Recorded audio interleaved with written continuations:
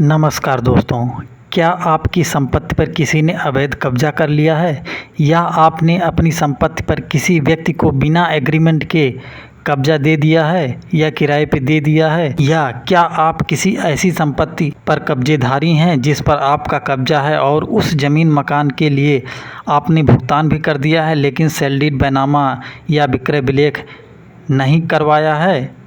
तो इन सभी परिस्थितियों में प्रतिकूल कब्जे के कानून को समझना बहुत ही आवश्यक हो जाता है।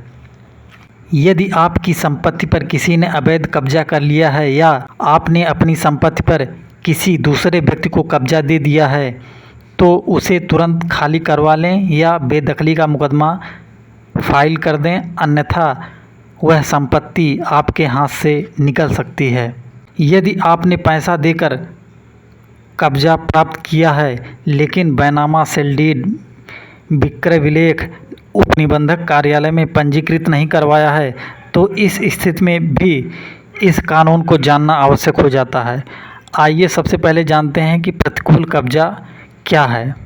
ऐसा व्यक्ति जो बिना किसी रोक टोक के 12 साल तक किसी की जमीन मकान पर बना रहता है वह उस संपत्ति पर दावा करने का अधिकारी हो जाता है।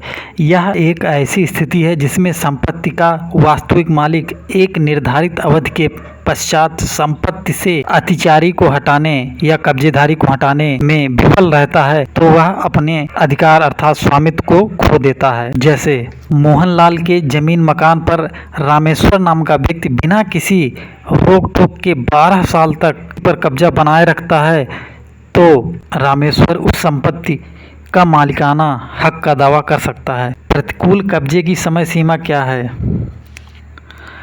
परिसीमा अधिनियम लिमिटेशन एक्ट 1963 के अनुच्छेद 65 के अनुसार निजी संपत्ति के मामलों में समय सीमा 12 वर्ष जबकि सरकारी संपत्ति के संबंध में 30 वर्ष निर्धारित की गई है। वे दशाएं जब प्रतिकूल कब्जा मान्य नहीं होगा: यदि मकान किराए पर एग्रीमेंट के साथ दिया गया हो, विदेश में रहने वाले व्यक्ति की संपत्ति हो, सशस्त्र बलों में सेवारत सैनिक या अधिकारी की संपत्ति पर, नाबालिग की संपत्ति पर, स्वामी द्वारा अपनी संपत्ति की देखभाल के लिए सौंपी गई जमीन मकान पर, सार्वजनिक प्रयोजन हेतु आरक्षित संपत्ति पर,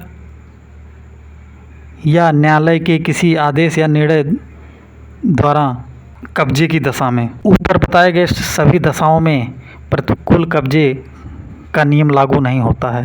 प्रतिकूल कब्जा कब माना जाएगा? संपत्ति अचल हो अर्थात जमीन मकान हो। नंबर 2, लगातार और बिना किसी बाधा के उस संपत्ति पर रहा जा रहा हो। शांतिपूर्ण कब्जा हो अर्थात कोई विवाद ना हो। जिस जमीन पर कब्जा किया गया है वह स्वामी की जानकारी में होना चाहिए और लोगों की भी जानकारी में होना चाहिए अर्थात लोग पब्लिक नोटिस में होना चाहिए। कानून द्वारा निर्धारित समयावधि 12 वर्ष पूर्ण होना चाहिए।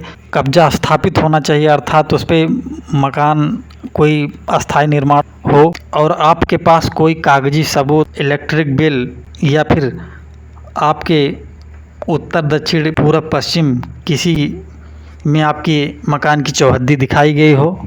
इन सभी दशाओं में आपका कब्जा यदि सिद्ध हो जाता है तो आपको स्वामित्व प्रदान किया जाएगा अर्थात अभिलेखों में आपका नाम दर्ज कर दिया जाएगा। परिसीमा अधिनियम 1963 की धारा 27 यह प्रावधान करती है कि जो व्यक्ति अपने संपत्ति पर किसी दूसरे व्यक्ति को कब्जा देता है तो वह 12 वर्ष बाद अपना अधिकार खो देता है।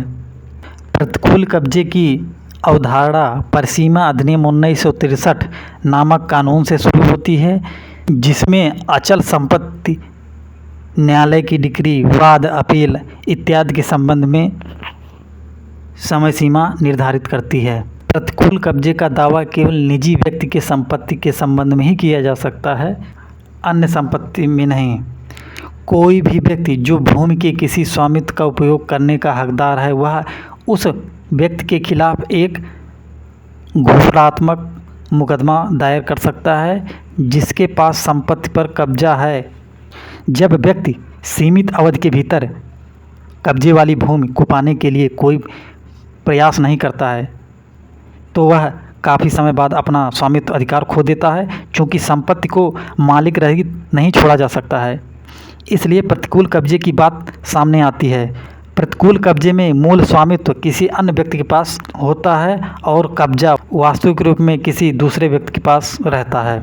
माननीय उच्चतम न्यायालय ने रविंद्र कौर ग्रेवाल वर्सेस मंजीत कौर के मामले में यह फैसला दिया है कि यदि 12 वर्ष तक किसी की संपत्ति पर कब्जा कर लिया जाता है और निर्धारित दशाओं के मानकों को पूरा कर लिया जाता है तो वह कब्जे का अधिकारी हो जाता है। सरकार किसी भी व्यक्ति की संपत्ति पर अतिक्रमण करके प्रतिकूल कब्जे का दावा नहीं कर सकती है। दूसरे शब्दों में कहें तो सरकार का कोई भी अधिकारी, विभाग, संगठन किसी निजी व्यक्ति की संपत्ति पर यदि कब्जा कर लेता है तो वह प्रतिकूल कब्जे का दावा नहीं कर सकता है। इसके पीछे कारण है कि प्रत्येक लोकतांत्रिक देश को कानून के शासन का पालन करना होता है। संपत्ति का अधिकार अब मूल अधिकार नहीं रहा, फिर भी यह संवैधानिक अधिकार अनुच्छेद 300 का के अंतर्गत स्वीकार किया गया है, जिसमें कानून द्वारा स्थापित प्रक्रिया द्वारा ही किसी निजी व्यक्ति की संपत्ति ली जा सकती है, अन्यथा नहीं। सुप्रीम कोर्ट जो भी आदेश या निर्णय देती है उसका निर्णय आदेश सभी न्यायालयों को मानना पड़ता है, चाहे वह हाई कोर्ट हो या राजस्व न्यायालय हो या फिर जिला न्यायालय हो। इसलिए सुप्रीम कोर्ट के किसी भी निर्णय को यदि किसी न्यायालय में प्रस्तुत किया जाता है तो वह बात मान्य होगी या स्वीकार होगी, उसे कोई भी न्यायालय मानने से इनकार नहीं कर सकता। यदि वीडियो अच्छा लगा हो तो वीडियो को लाइक एवं शेयर करें। यदि चैनल पर नए हैं तो